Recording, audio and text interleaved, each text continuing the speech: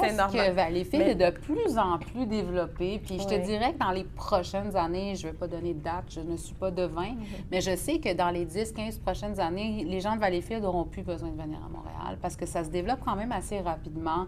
Puis il y a beaucoup d'autres villes qui sont aux alentours. Tu as le West Island qui est très proche aussi. Vaudreuil. Vaudreuil. Donc...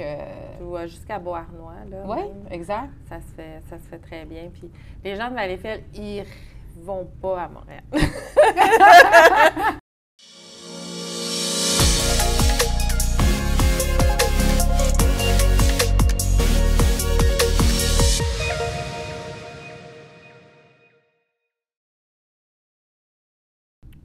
Bonjour à tous, ici Sophia Miliani, courtier immobilier de chez PMML. Bienvenue à notre épisode tout-terrain. Aujourd'hui, on reçoit Danielle Leroy, donc une femme en immobilier, développeuse immobilier, une femme qui a plus d'une vingtaine d'expériences en technologie, une vingtaine d'expériences aussi en gestion immobilière. Donc, bonjour Danielle, bienvenue Sophia. À notre émission, puis merci d'être avec nous aujourd'hui. Le plaisir est pour moi. Merci pour l'invitation. Ça me fait plaisir d'être avec vous. Excellent. Bien, merci. Écoute, Danielle, parle-nous un peu de toi. Qui est Danielle Leroy? Comment ça a commencé son histoire? On aimerait bien savoir un petit peu ton parcours, puis d'où tu viens, en fait, pour arriver à un success story comme tu as aujourd'hui. Oh! OK. D'où je viens? Je suis une petite fille originaire de Port-au-Prince, en Haïti. Je suis arrivée ici à 5 ans. Et puis, on s'est installé au Québec, dans la région de Montréal. Puis, j'ai fait mon éducation ici au Québec, donc à partir du primaire jusqu'à l'université. J'ai fait mon parcours en informatique au début parce que c'est quelque chose qui venait me chercher, qui me permettait de créer une application. On pense souvent aux gens en informatique comme une petite boîte, là. Oui. Mais non, il y a plein de fous, il y a plein de créateurs, il y a toutes sortes de tempéraments, puis c'est des gens qui en équipe, on part de rien, puis on crée quelque chose. Donc, il y a un petit côté artiste, je trouve, là-dedans. Donc, j'ai trouvé ça intéressant comme façon de pouvoir créer quelque chose. Excellent. Puis ta deuxième expérience de vie qui a pris aussi une vingtaine d'années de ton parcours en gestion immobilière, comment la passion est venue pour la gestion immobilière aussi? Elle est venue par l'acquisition. Donc, cette passion-là me provient un petit peu de ma famille parce que j'ai des gens dans ma famille qui étaient des propriétaires terriens.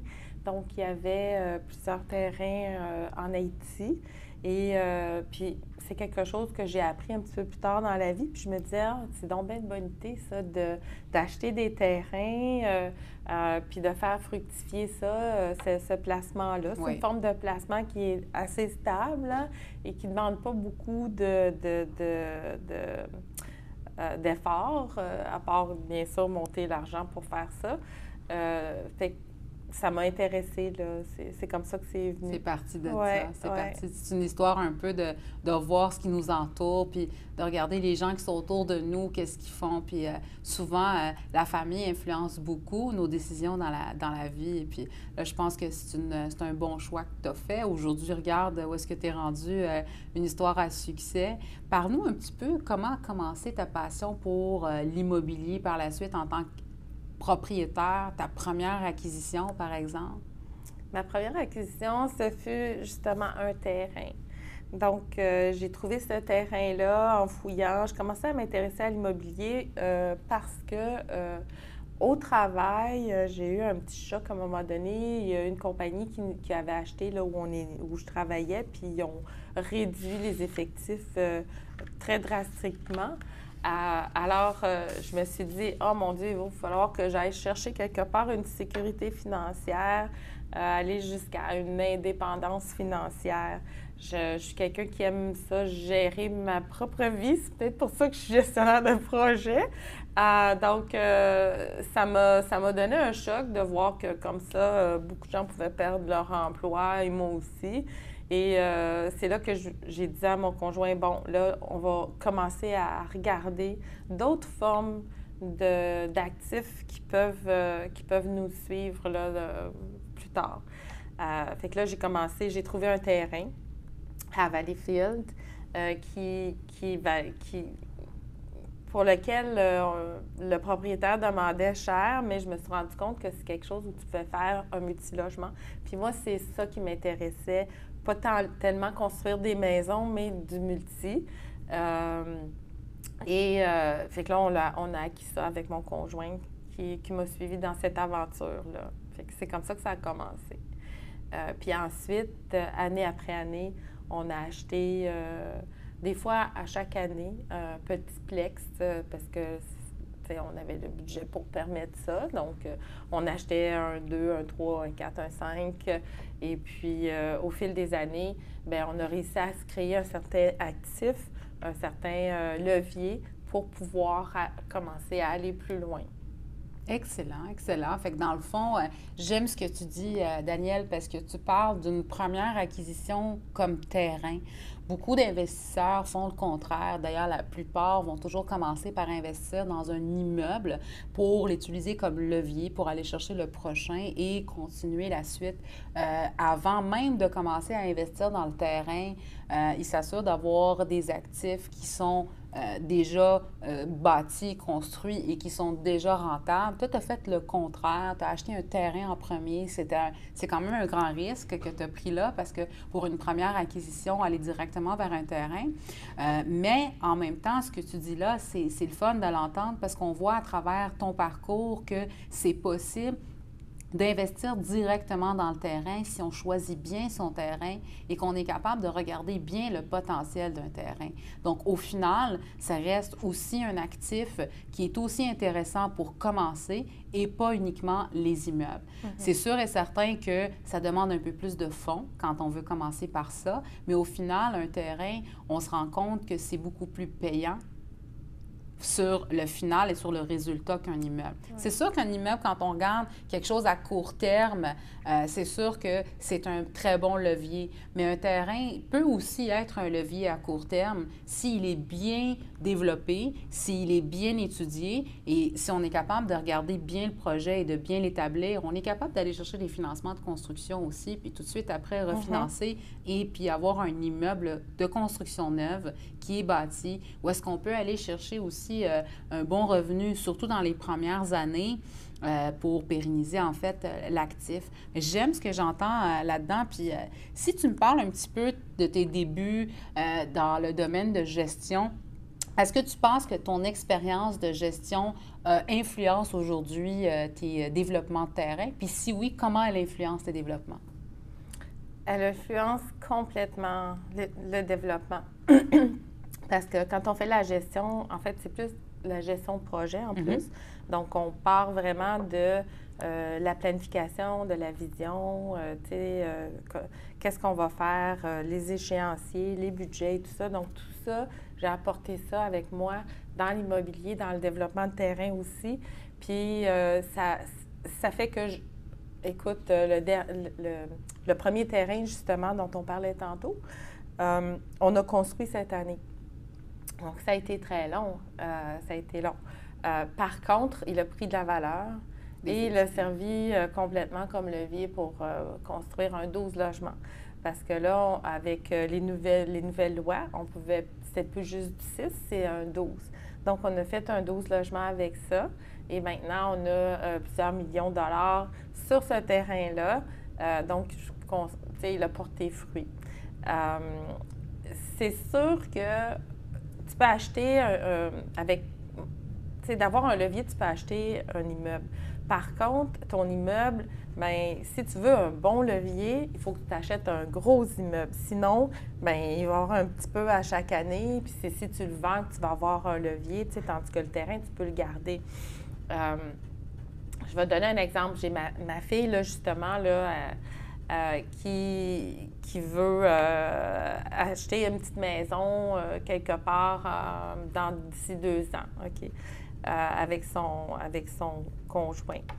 Et je lui ai dit, Non, non, non, là, t'es ma fille, là. Tu vas pas partir avec un bungalow, c'est pas vrai. Tu vas acheter un duplex, triplex, OK? Parce qu'ils veulent pas faire la gestion de multiples locataires. Oui. Donc, j'ai dit, achète un triplex, mettons, sur un terrain large que tu peux pas séparer éventuellement, puis tu vas avoir ta maison et tu vas avoir un autre terrain que tu vas pouvoir vendre. Moi, j'ai tellement regretté de ne pas avoir acheté les terrains autour de chez nous quand je suis arrivée dans ma maison actuellement, là. Oui. Ça aussi, j'ai acheté le terrain et j'ai fait construire. Mais ça s'est fait là, tout de suite en même temps. Donc, c'était correct. Là. Il n'y a pas eu un gros déboursé juste pour le terrain. On l'a amalgamé avec la maison. Donc, vous avez fait une acquisition de terrain avec un projet de construction. Vous avez inclus le coût du terrain dans le prêt pour aller lever. Exactement. Ça aussi, c'est une façon, le fun, que tu parles, Danielle, parce que c'est intéressant de voir qu'on n'est pas uniquement obligé d'acheter le terrain et ensuite de ça, préparer le projet, puis ensuite de ça, aller chercher son prêt, ce qui demande beaucoup de liquidité parce qu'il y a un gap entre la journée où est-ce qu'on doit injecter pour acquérir le terrain, puis un temps pour aller ensuite de ça, développer le projet pour aller chercher son prêt. Fait que toi, tu as fait ça tout en même temps. Tu as trouvé le terrain, puis tu as imaginé ton projet, j'imagine, pendant ta transaction, tu as travaillé là-dessus, puis tu es allé chercher ton financement directement pour ça. Exact. Excellent. Donc, on a fait ça, puis on a fait de l'autoconstruction, là, dans le fond. Puis, c'était un nouveau développement. On voyait le potentiel, là, tu sais. Mais, tu sais, comme tout le monde, puis plusieurs qui écoutent, tu n'as pas tout le temps l'argent pour faire tout ce que tu veux acheter. Donc, tu sais, on le regrette, puis on a fait d'autres choses. Mais je me dis, avoir acheté 2 autres terrains. Oui. OK. Aujourd'hui, les vendre, en fait, ou peut-être 15 ans plus tard, les vendre, ta maison est payée. C'est fini. Tu vois, ou tu t'en sers pour faire autre chose. T'sais. Dans le temps, les terrains, ils étaient à peu près 20 25 000, t'imagines? Aujourd'hui, c'est 250 000. Oui. Fait que 2 terrains, c'est un demi-million. Là. Donc, c'est... Ça va vite, hein? Ça va vite. Puis, j'aime ce que tu dis aussi, Danielle, parce que dans le pas dans le financement, dans l'acquisition de terrain, c'est un actif, certes, qui n'a pas de revenus dès le début, mais c'est un actif qui prend de la valeur annuellement, sans en perdre et sans avoir de dépenses nécessairement sur un terrain. Fait que toi, tu parles de ta propriété résidentielle personnelle ou est-ce que tu dis, ah, j'ai peut-être manqué ma shot, j'ai pas pris les terrains d'à côté. Aujourd'hui, si j'aurais acheté les terrains d'à côté qui valaient 20 000 $, il y a à peu près combien d'années? Mettons, mon Dieu, ben, près de 20 ans. Près de 20 ans. Fait que si on regarde, 20 ans, le terrain valait 20 000 $. Aujourd'hui, en 2024, 20 ans plus tard, vaut 250 000. C'est quand même... Regarde combien de fois on a doublé. Ça va vite. Ça va vite. Puis le terrain, je pense que c'est comme un trésor actuellement que les gens devraient de plus en plus regarder parce que c'est un produit qui est de plus en plus rare. Puis, plus le produit est rare, ça revient rejoindre le principe de l'offre et la demande. Donc, les terrains vont prendre de plus en plus de valeur encore. En fait, c'est une histoire, le foncier. J'aime quand tu as utilisé le mot propriétaire terrien tantôt, parce que propriétaire terrien, ça revient toujours à l'histoire du terrain, où est-ce que le terrain en lui-même a toujours été le premier investissement depuis que le monde est monde. Même quand on revient au Moyen Âge, les rois, tout ça, c'est qui avait les plus grandes terres. Ça revient toujours à ça. Puis malgré que l'humain a avancé, puis aujourd'hui on parle de développement d'immeubles, d'actifs, de revenus, mais au final, un terrain, ça mange rien. Puis c'est là, puis ça prend de la valeur. Exactement. J'aime tout ça. Ouais. Si on parle un petit peu de tes débuts, en fait, dans tout ça, dans le développement, tu as eu beaucoup d'expérience avec ton expérience de gestion de projet, ton expérience de gestion d'informatique. Tu as tout de suite mis à l'aise pour, j'imagine, faire bien tes vérifications diligentes quand tu faisais tes acquisitions, puis bien comprendre tout le processus. Maintenant, si on parle un peu de ton développement, le plus important que tu as fait à ce jour, ça serait lequel? Ce serait le développement en cours sur l'avenue Julien. Oui. Donc, ça, c'est un développement de maisons en rangée Oui. sur le bord de l'eau. Excellent. C'est où exactement? C'est à Saint-Timothée de Valleyfield. Excellent. C'est à 5 minutes de la 30. Oui. Puis c'est vraiment, je te dirais, pas de circulation, c'est 40 minutes de Montréal. Oui. Là, ben, avec la circulation, on peut pas dire, là, mais tu sais, c'est normal. Que Valleyfield est de plus en plus développé. Puis je te Oui. dirais que dans les prochaines années, je ne vais pas donner de date, je ne suis pas devin, mais je sais que dans les 10-15 prochaines années, les gens de Valleyfield n'auront plus besoin de venir à Montréal parce que ça se développe quand même assez rapidement. Puis il y a beaucoup d'autres villes qui sont aux alentours. Tu as le West Island qui est très proche aussi. Vaudreuil. Donc... Tu vois, jusqu'à Beauharnois, là. Oui, exact. Ça se fait très bien. Puis les gens de Valleyfield, ils vont pas à Montréal. Ils sont très fiers, ils ont tout ce qu'ils ont besoin. Oui, mais c'est vrai. Oui, c'est vrai. Moi, j'ai tout. beaucoup de mes clients qui sont à Valleyfield, puis quand j'y vais, je me rends compte que c'est vrai. Il y a tout à Valleyfield au final. Puis si on veut se rapprocher d'une grande métropole, on a Vaudreuil, on a le West Island de Montréal, on n'est même pas obligé de descendre au centre-ville. Puis avec la nouvelle autoroute qui emmène à Valleyfield. Avec la 30. Avec la 30. Ça se développe vraiment beaucoup. Oui. Donc ça, c'est mon plus gros. Puis ça, c'est mon plus...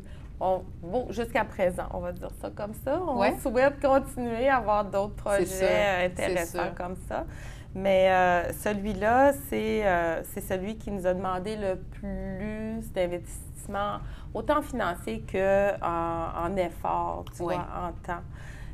Puis celui-là, on est passé vraiment de acquérir le terrain à obtenir tous les droits là, et de réglementation. On les a tous eus.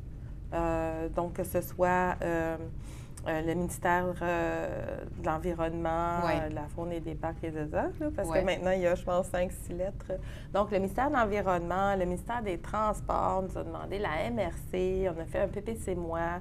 Donc, ça veut dire qu'on a fait une demande spéciale à la Ville pour modifier son règlement, permettre de la densification sur ce terrain-là.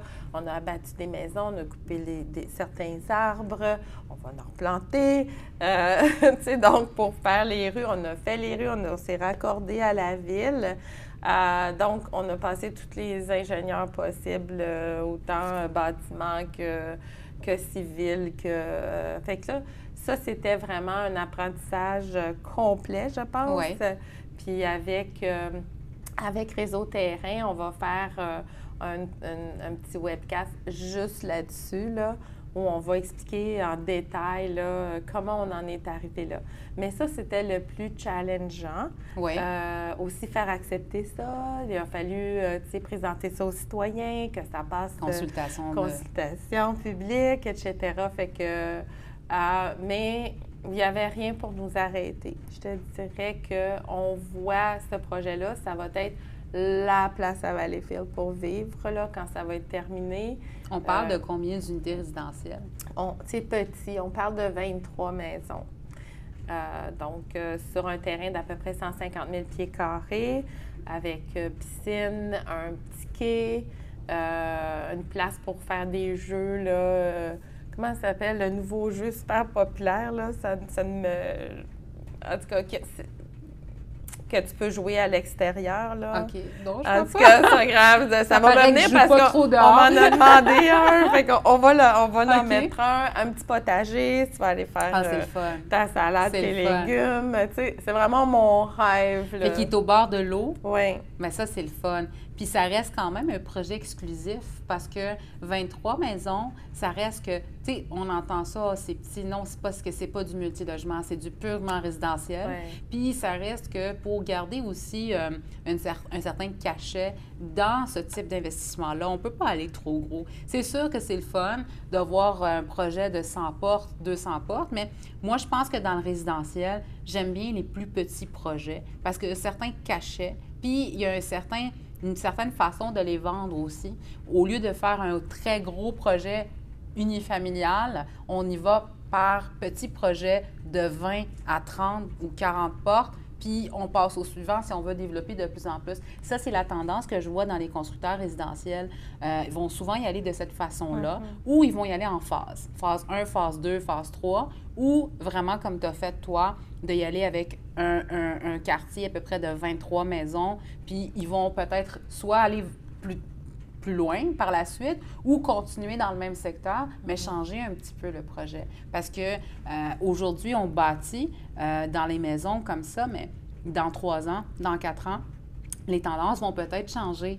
Donc, les besoins de ta clientèle vont peut-être aussi changer. Donc, prévoir un projet purement résidentiel pour des nombres d'unités très grosses, je pense que ce serait un flop. Ce serait un flop. Puis toi, comment tu le vois quand tu as développé ce projet-là à Valleyfield? Est-ce que tu as senti qu'il y avait une certaine demande spécifique de par les citoyens, de par les gens qui pourraient être des potentiels locataires ou acheteurs dans ce secteur-là? Est-ce que tu as senti un besoin différent par rapport au développement résidentiel qui se font vraiment dans les grandes villes? Oui. Oui et non. C'était vraiment, moi, c'était comme quelque chose que je voulais offrir. Ça là, du côté gestion de projet, c'est nul, OK?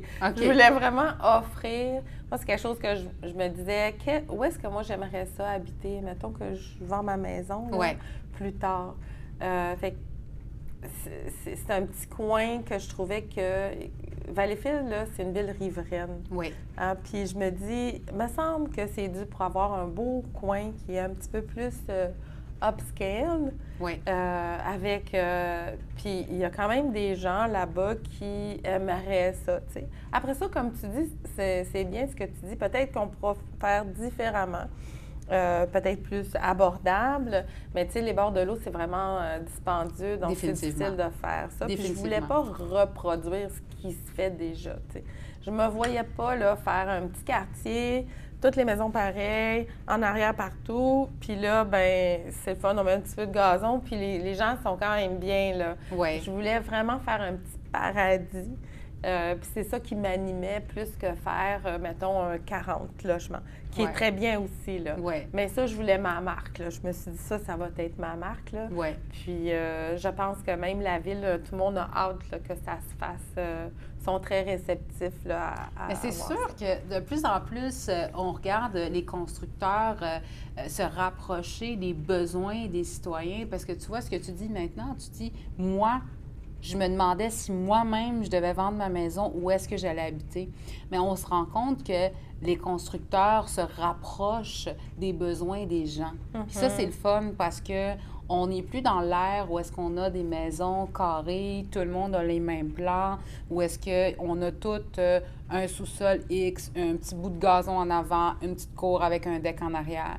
On commence à voir dans les tendances, les gens ont de plus en plus de besoins spécifiques, de besoins plus luxueux, de besoins d'espace, de besoins de plus en plus de technologie aussi dans les maisons. Puis profiter d'un bord de l'eau comme ça, je pense que c'est important d'aller chercher une propriété construite au bord de l'eau qui va garder sa valeur, qui va prendre de la valeur, parce qu'on le sait, entre toi et moi, les bords de l'eau, il n'y en a plus beaucoup. Il n'y en a plus beaucoup, puis plus en plus qu'on va arriver vers le temps, les terrains en bord de l'eau, il n'y en aura pas. Et ceux qui vont rester, ça va être un seul terrain, de une seule maison. Fait que c'est une opportunité de pouvoir bâtir 23 propriétés au bord de l'eau quand même. Oui, oui. Ça va être... J'ai hâte que ce soit fini. On va commencer, après les vacances de la construction, à lever ça. Là, on a fait vraiment tout le défrichage, les rues, etc. Là, on va être prêt à lever ça. Puis une fois que ça va être aménagé, l'aménagement paysager de ça, là, puis ça va être aussi en formule condo. Je voulais amener au Québec une petite formule, c'est pas nécessairement 55 plus, mais une formule, j'arrive chez moi, puis je m'occupe de ma famille ou je m'occupe de moi, puis j'ai rien à faire. Donc là-bas, le gazon est tondu, ta neige est enlevée. Si tu pars 2 semaines, ça paraît pas.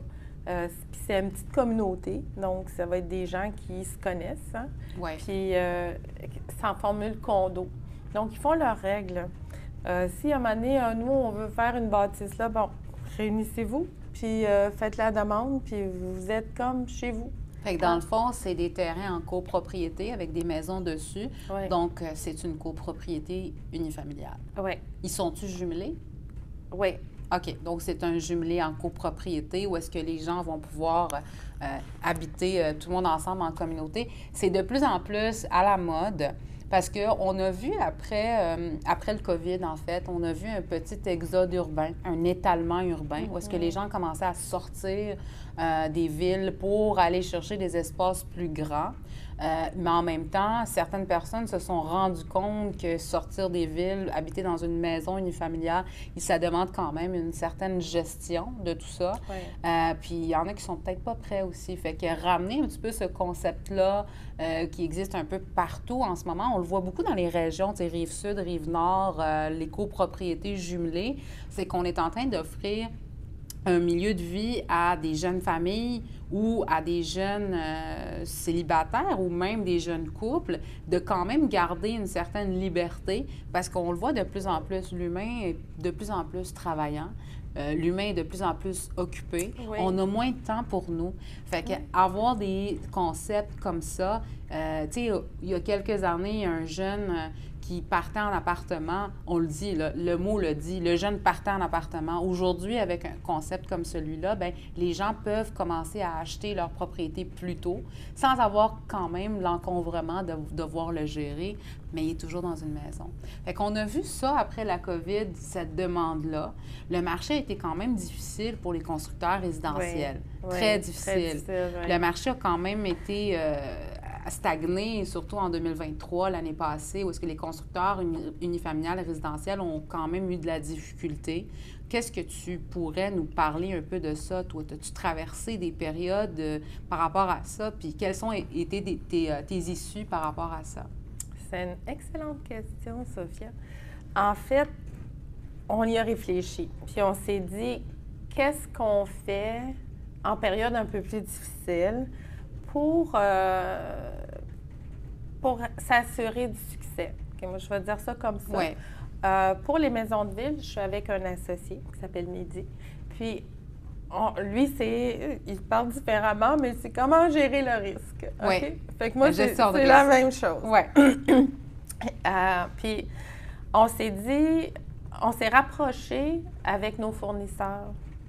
Puis, on s'est dit, OK, comment est-ce que toi, tu sais, toi, si tu me fais telle affaire, comment est-ce qu'on peut s'aider Oui. de façon à ce que, bien, mettons, toi, tu ne travailles pas, bien là, tu vas faire travailler ton monde.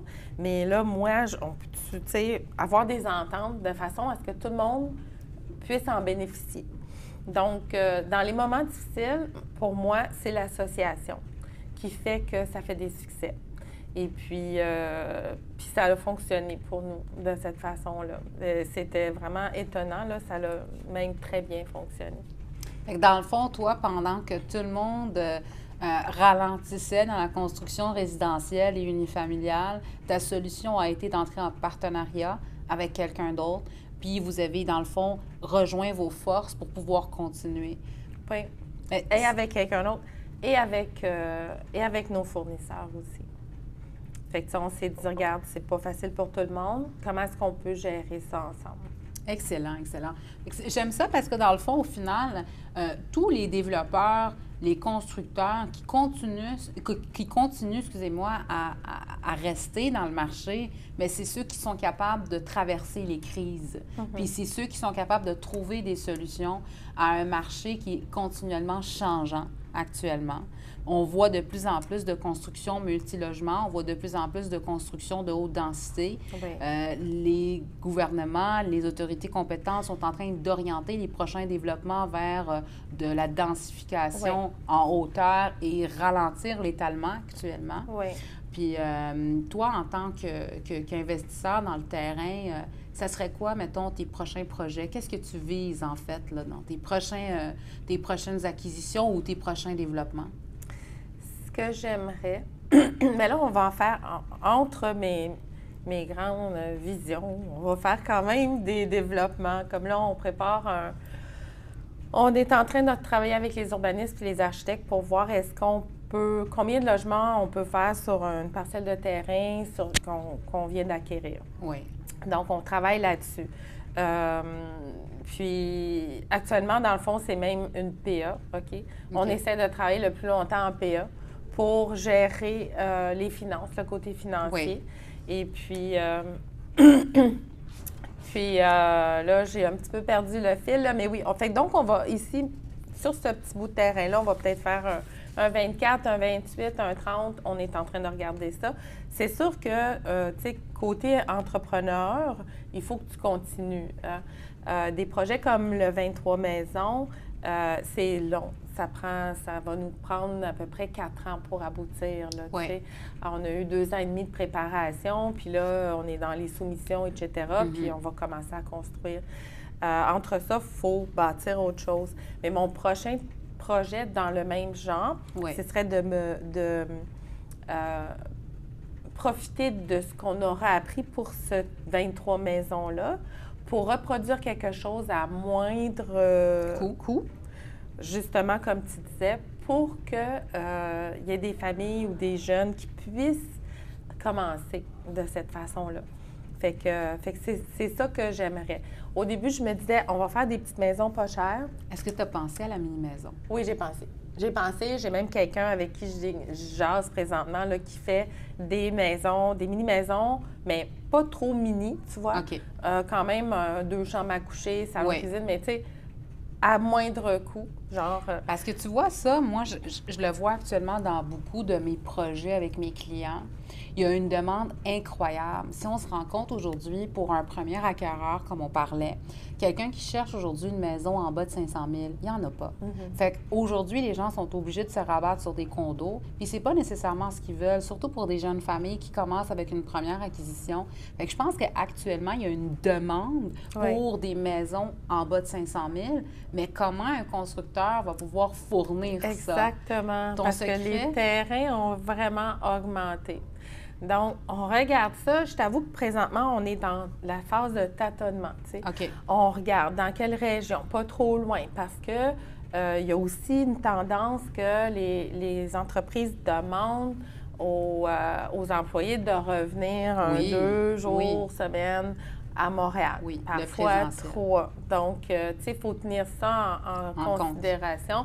On ne peut pas dire on va aller à 1h30 de Montréal, vous allez travailler chez vous. Non, il y en a beaucoup qui vont devoir revenir au bureau. Donc, c'est ça qu'on essaie d'évaluer actuellement, là, l'étalement, jusqu'où ça peut aller. J'en parle à des villes. Je t'avouerais que les villes, là, ils ont eu un mandat, on densifie, on monte.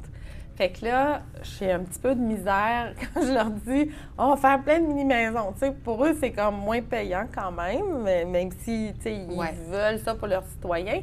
Mais ils ont aussi une forte pression pour densifier le plus possible. Fait que ça rentre pas trop actuellement dans les... Dans les grandes villes, c'est sûr. C'est ça. Tu vas avoir une réticence des municipalités pour des projets de mini-maisons. Par contre, il y a des secteurs qui sont très intéressants pour ça, où est-ce qu'il y a une demande, puis où est-ce qu'il y a des secteurs qui sont favorables à recevoir des projets comme ceux-là.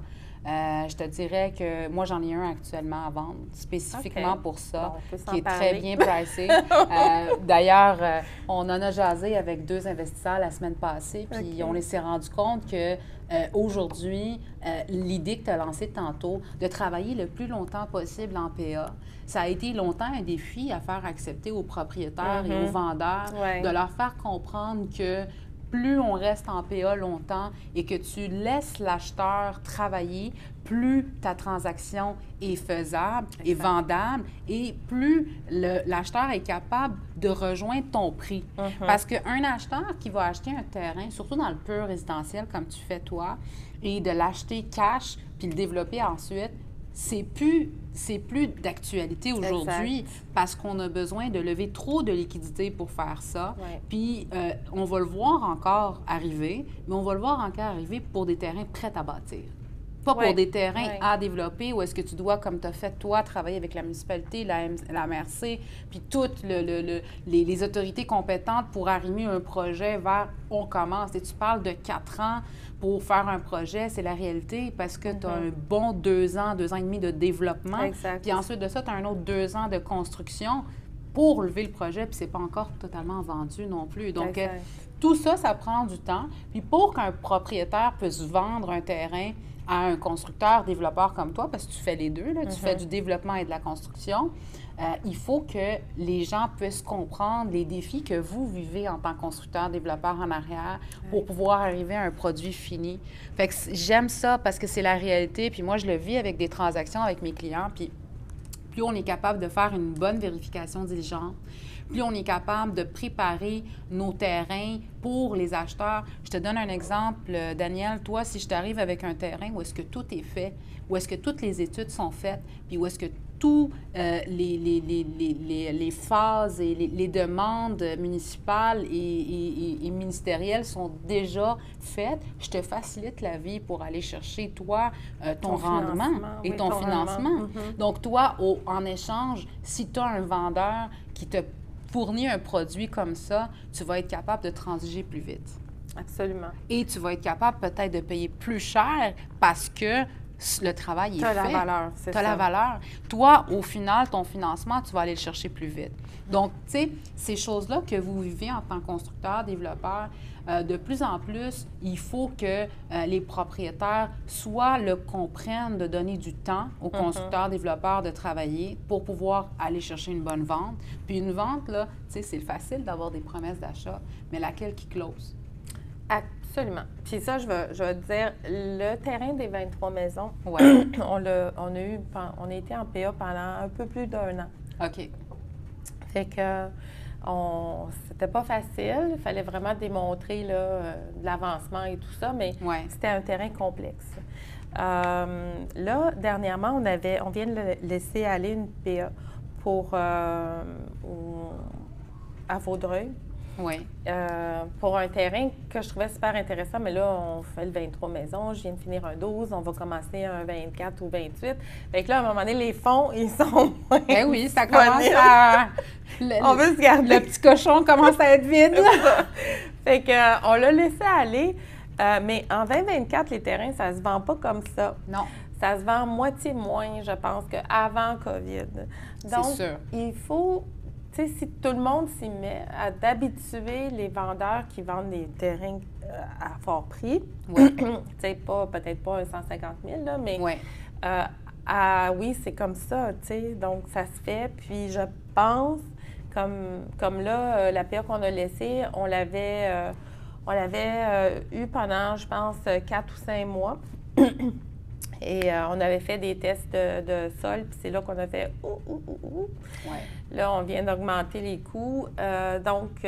Mais c'est encore faisable aussi. Donc, si ça intéresse quelqu'un, faites-moi signe. C'est bon, ça. C'est encore faisable. C'est une développeuse. Oui, c'est ça.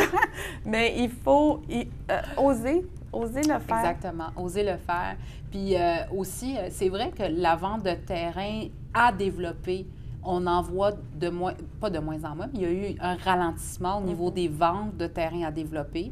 Il y a eu par contre une accélération des ventes au niveau des terrains prêts à bâtir. En ce moment, c'est ça la tendance. La tendance, c'est que les terrains prêts à bâtir se vendent beaucoup plus vite et rapidement, close avec moins de négociations. Tu sais, moi, je fais beaucoup de transactions de terrain, puis un délai raisonnable de transaction de terrain, c'est de 6 à 9 mois. C'est pas des transactions qui se font en 3-4 mois comme on voit dans des immeubles. Donc, c'est sûr et certain que quand on est dans ce domaine-là, il faut se préparer, que ce soit acheteur, que ce soit vendeur, qu'on soit psychologiquement préparé à s'embarquer dans un processus qui est long. Et en tant que vendeur, si on veut économiser du temps, si on veut aussi ne pas se retrouver avec des transactions qui finissent par ne pas closer après 4 mois, après 5 mois, là, l'expérience que tu viens de raconter, le terrain que tu viens de laisser aller à Vaudreuil, après 4 mois de transaction, tu laisses aller parce que tu as fait des tests, puis les résultats ne sont pas bons. D'où l'importance pour un vendeur de faire ces tests-là Oui, de absolument. les fournir à l'acheteur pour justement éviter ça. Parce que si lui avait ces tests-là qui étaient déjà faits d'emblée, bien, il n'aurait pas à vivre 5 mois, 4 mois avec toi. Puis il aurait déjà peut-être aussi pricé son terrain en conséquence de ces tests-là, où il aurait orienté son besoin. Il se serait dit, bon, je le décontamine, après je le vends. Ou, ben non, je comprends qu'il est contaminé, ça ne me tente pas d'investir, je le vends. Tu sais, ça économise énormément de temps. Oui. Puis ça facilite l'acquisition, le développement, la construction au constructeur. Au final, c'est une collaboration entre tout le monde. Qu'on soit vendeur ou acheteur, il faut qu'on travaille mutuellement. Parce que si le vendeur, il veut closer, que Daniel vienne faire un beau projet sur vos terrains, bien, il faut qu'il soit un produit alléchant et intéressant. On voit de plus en plus de produits sur le marché aujourd'hui. On voit beaucoup de propriétés en vente, moins d'acquéreurs sur le marché. Mais la bonne nouvelle dans tout ça, c'est que malgré qu'il y a moins d'acquéreurs, on a des acquéreurs de qualité.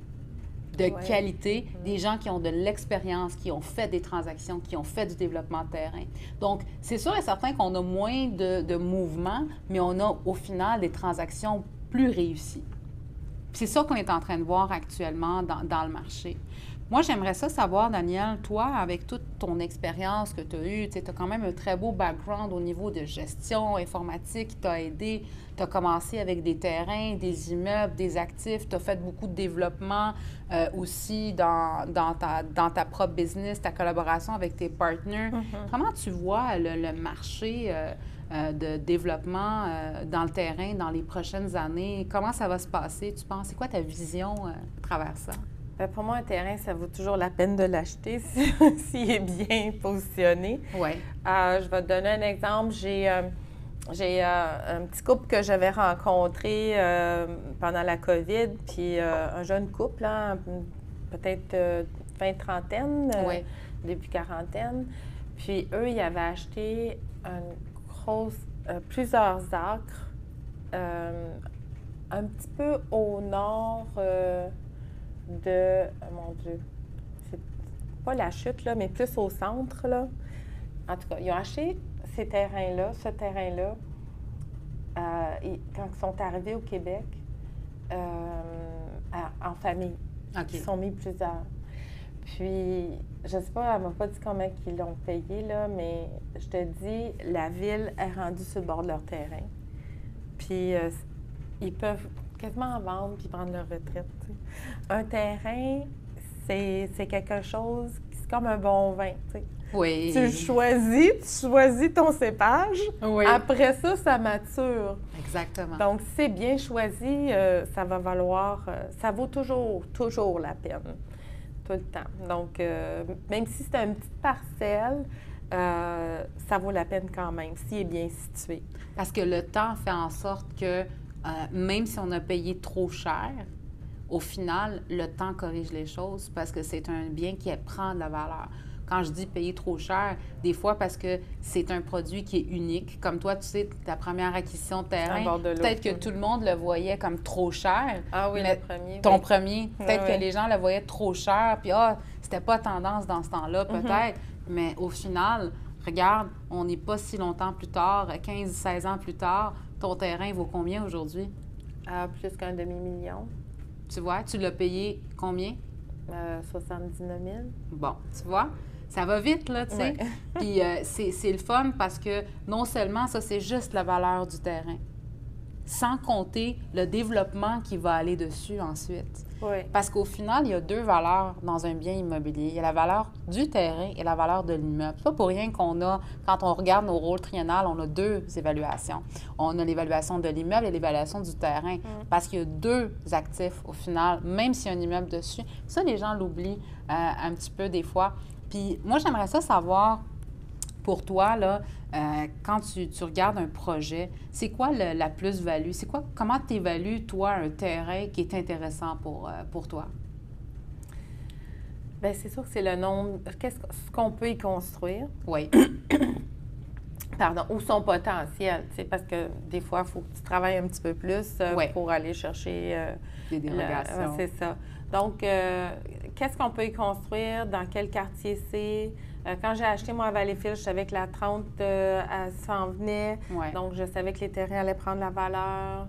Tu sais, j'ai acheté des petits duplex dans le temps, 100 000, tu sais. Ouais.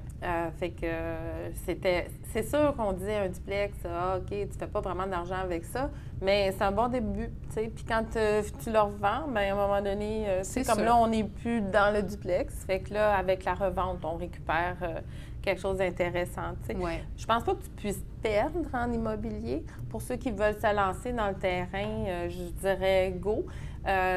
Si, par exemple, vous travaillez, tu sais, ils ont un emploi permanent, bien, achetez-vous un morceau de terrain, vous êtes capable, là, tu sais. Ouais. Puis vous n'avez pas beaucoup de temps parce que la vie de famille, les enfants, bien, le terrain, il s'occupe tout seul.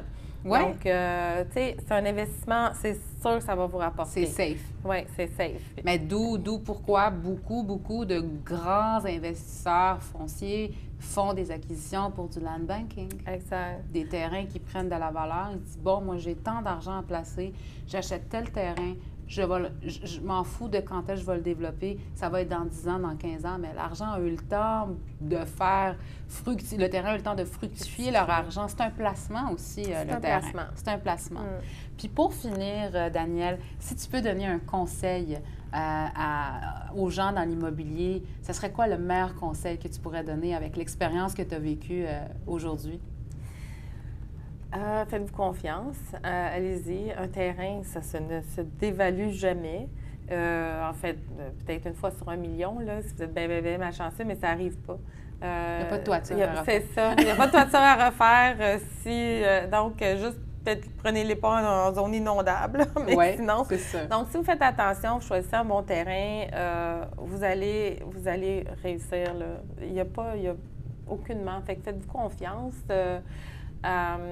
Si vous êtes un développeur, écoute, il y a une petite place que je nommerai pas, là, mais qui est vraiment super mignonne, là, puis ma fille, elle s'est acheté un petit duplex, là, et elle dit « Ah, maman, elle dit, on pourrait regarder dans mon coin si on pouvait faire du développement. » Bien, tous les terrains sont déjà achetés. Tous les terrains sont achetés. Fait que ça veut dire quoi, ça? Ça veut dire qu'il y a une valeur là-dedans. Sinon, les gens achèteraient un à la fois. Il y a quelqu'un qui a vu la bonne affaire. Puis ils ont clenché. Oui, ils ont clenché. Puis ça va juste prendre la valeur. Parce que moins il y en a, bien, plus ça prend de la valeur. Exactement. Donc, exactement. Le terrain, c'est pas compliqué. Si vous avez une job, comme moi, j'avais ma job, c'est pas compliqué. Ça dort là, ça reste tranquille. Un petit coup de fourche là, de temps en temps quand c'est en milieu urbain, sinon c'est des arbres puis ça prend sa valeur. Exactement. C'est un beau placement aussi. Mais écoute, merci Danielle d'avoir été parmi nous aujourd'hui. On a hâte de voir ton projet, de pouvoir visiter tout ça, regarder ces choses-là. Puis je pense que ça va être un projet haut de gamme. On attend avec impatience. Merci d'avoir partagé, surtout avec nous, ton expérience pour les développeurs, les nouveaux investisseurs, ton approche de fonceuse. Je pourrais te qualifier comme une fonceuse, Danielle. Oui. Mais merci d'avoir été avec nous aujourd'hui. Merci, Sophia, de m'avoir reçue.